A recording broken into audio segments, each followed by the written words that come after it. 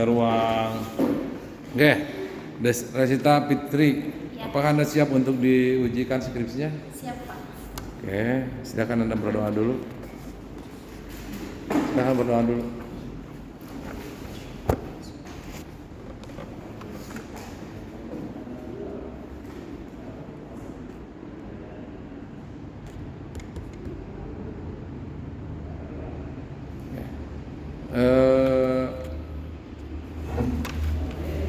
Yang terhormat penguji Bu Arisulia SHMH Resita dengan judul skripsi tentang pelaksanaan perkawinan bagi seorang suami yang sudah beristri berdasarkan ketentuan pasal 3 Jo pasal 4 Undang-Undang Republik Indonesia nomor 1 tahun 74 tentang perkawinan sebagaimana telah diubah dengan Undang-Undang 16 2019 tentang perubahan atas Undang-Undang nomor 1 tahun 74 tentang perkawinan. Nanti betulkan lagi ya.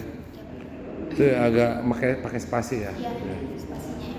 Terus kemudian ini merupakan studi kasus putusan pengadilan agama kelas 2A Tasikmalaya nomor register bla bla bla bla bla. Nah, silakan Anda paparkan skripsi Anda deh. Dari mulai awal sampai kesimpulan.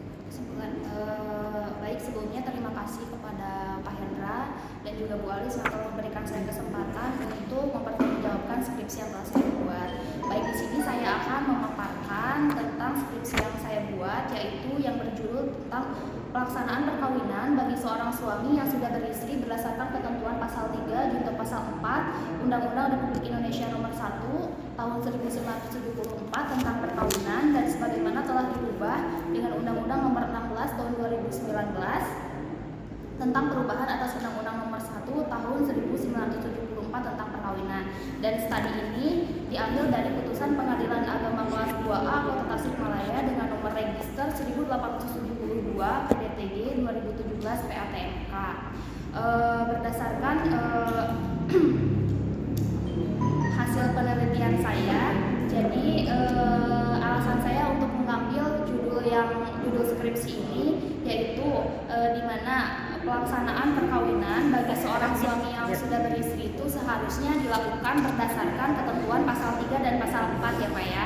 Yang seharusnya di mana pasal 3 itu berbunyi seorang pria itu perkawinan itu bersifat asas monogami Pak, di mana seorang pria hanya boleh memiliki seorang istri, begitu juga istri hanya boleh memiliki seorang suami.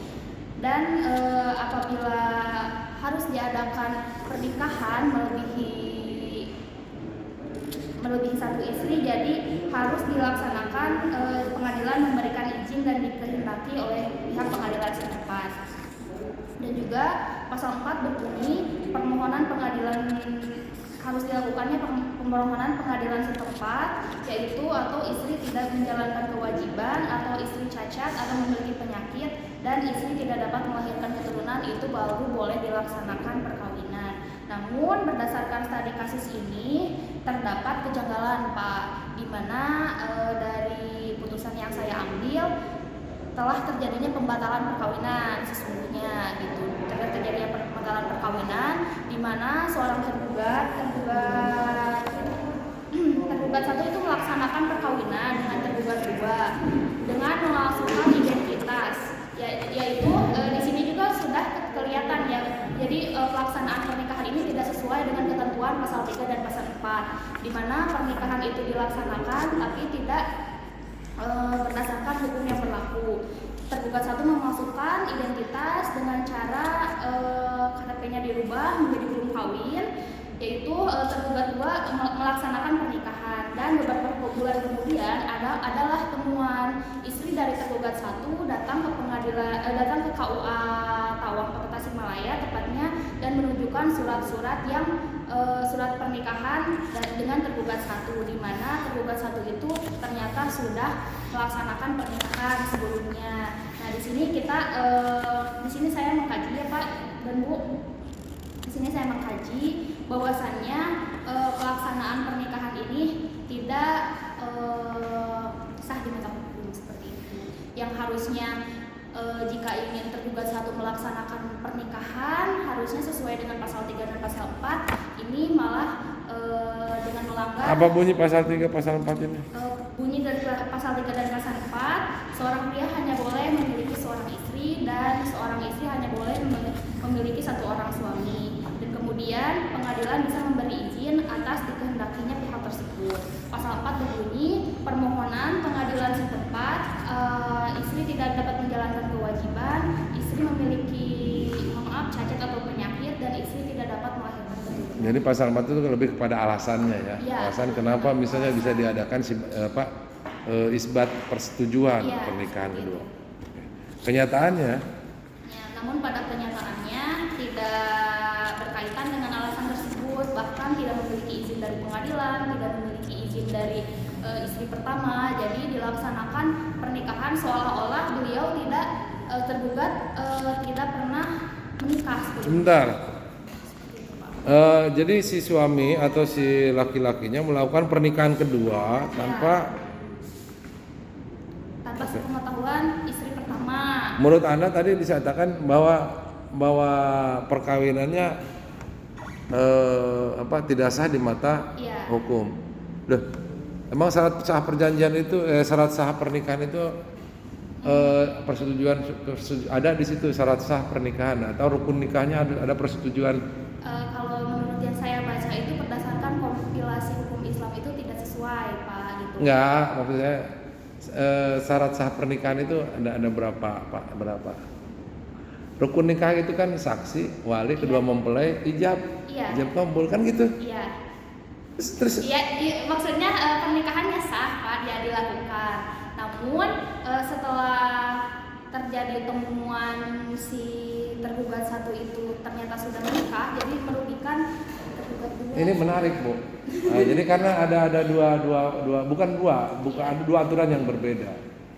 Dalam kompilasi hukum ini setelah pasal 3 pasal 4 kemudian dilanjutkan dengan pasal berikutnya bahwa pernikahan itu kan harus dengan persetujuan pihak istri pertama. Nah, persetujuan itu bisa dimintakan lewat isbat nikah gitu ya di pengadilan agama. Tapi di satu sisi buat syarat sah pernikahan itu tidak menyatakan itu. Kalau misalnya syarat sah nikahnya bahwa mutaronan dipilih, misalnya seorang menikah dengan antara perempuan kemudian dinikahi si laki-laki, itu harus mewajibkan adanya sidang isbat, maka boleh itu dibatalkan. Boleh dibatalkan. Tapi karena pernikahannya itu tidak ada di situ bahwa ada kewajiban, apa misalnya rukun nikah itu bahwa ada itu, maka pernikahannya menurut mata agama pun sah. Jadi gitu.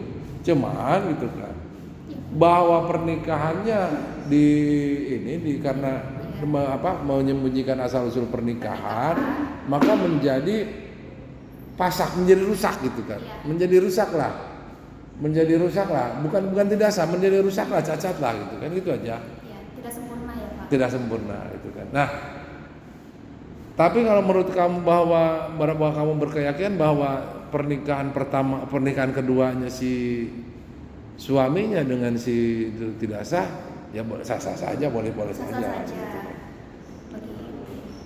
Terus ininya implikasi hukumnya apa? Implikasi hukumnya Dari putusan ini bagaimana? jadi dilakukan pembatalan perkawinan, Pak, pada akhirnya. Jadi pernikahan yang keduanya dibatalkan gitu. Iya, pernikahan keduanya dibatalkan dari putusan itu. Oke. Apa kesimpulan di sininya, Pak? Coba kesimpulannya apa? Kesimpulan dari Boleh baca, Pak? Boleh. Adapun simpulan dari hasil penelitian dan pembahasannya yaitu proses pembuktian dan pertimbangan hukum digunakan oleh hakim adalah berawal dari surat gugatan yang ditujukan penggugat dari ibu kandung tergugat, ya Pak ya. Dan untuk menguatkan dalil-dalil gugatannya, penggugat maka mengajukan alat bukti surat maupun saksi. Alat bukti surat tersebut merupakan bukti surat fotokopi kutipan akta nikah seperti yang sudah saya tadi sebutkan, dan para saksi dan gugatan yang diajukan oleh penggugat tersebut sudah sesuai dengan peraturan perundang-undangan yang berlaku. Dan berdasarkan alat bukti yang diajukan oleh penggugat, maka pertimbangan hukum yang digunakan yaitu alasan diajukannya oleh penggugat sesuai dengan pasal 27 ayat 2 Undang-Undang Perkawinan dan pasal 72 ayat 1 Kompilasi Hukum Islam. Selain itu, pengajuan permohonan pembatalan perkawinan tersebut sesuai dengan pasal 27 ayat 3 Undang-Undang Perkawinan dan pasal 72 ayat 3. Selain peraturan hukum tersebut, hakim juga merujuk pada sumber lain yaitu kitab-kitab fikih. Implikasi hukum yang ditimbulkan dari pelaksanaan perkawinan bagi seorang suami yang sudah beristri tidak sesuai dengan ketentuan pasal sehingga terjadi pembatalan perkawinan adalah sebagai berikut. Terhadap keduanya, implikasi hukumnya yaitu perkawinan suami istri yang dibatalkan akan mengakibatkan keduanya seperti kembali keadaan semula, yaitu di antara keduanya seolah-olah tidak pernah melangsungkan perkawinan. Maka secara otomatis hubungan suami istri tersebut terputus dan perkawinan yang telah dibatalkan tidak mendapatkan akta cerai, hanya mendapatkan surat putusan bahwa pernikahan tersebut dibatalkan. Dan juga poin 2-nya, dan terhadap tergugat 1 yaitu status hukum tergugat 1 menjadi perawan kembali. Dan juga terhadap tergugat 2, selain perkawinannya dibatalkan, tergugat 2 dapat diancam pidana penjara karena telah memasukkan identitas. Jadi menyembunyikan asal-usul perkawinan. Hanya saja saya kemarin itu ini ya, kenapa yang penggugatnya itu ibu kandung tergugat 1 itu kan? Berarti ibunya si laki-laki. Si ibunya si perempuan. Oh gitu, yang melakukan soalnya gini, jadi kan itu teh ayahnya dari perempuan itu teh kepala KUA ya Pak ya, kepala KUA Tawang, kebetulan kepala KUA gitu. Nah ketika datang yang orang dari Jakarta yang istri tergugat 2-nya itu, jadi yang merasa dirugikan tuh pihak orang tua sebenarnya gitu. Tidak ada. Makanya dia menyahan kami nantunanya berarti ya. Iya. Jadi ibu kandungnya ya, ibu istrinya. Ibu suaminya. Ibu suaminya nyahan kami nantuna. Ini lantaran berenang era nu mantangul nanti berenang eta nanti anakna. Gitu ya? Iya. Dan si ibu kandungnya itu menjadi saksi juga. Iya. Habis sudah saksi. Jadi ibunya si suaminya kan yang jadi saksinya. Iya, istri suaminya. Keren. Gitu, Pak. Coba Bu, silakan. Kita lagi sidang lagi duduk. Nah,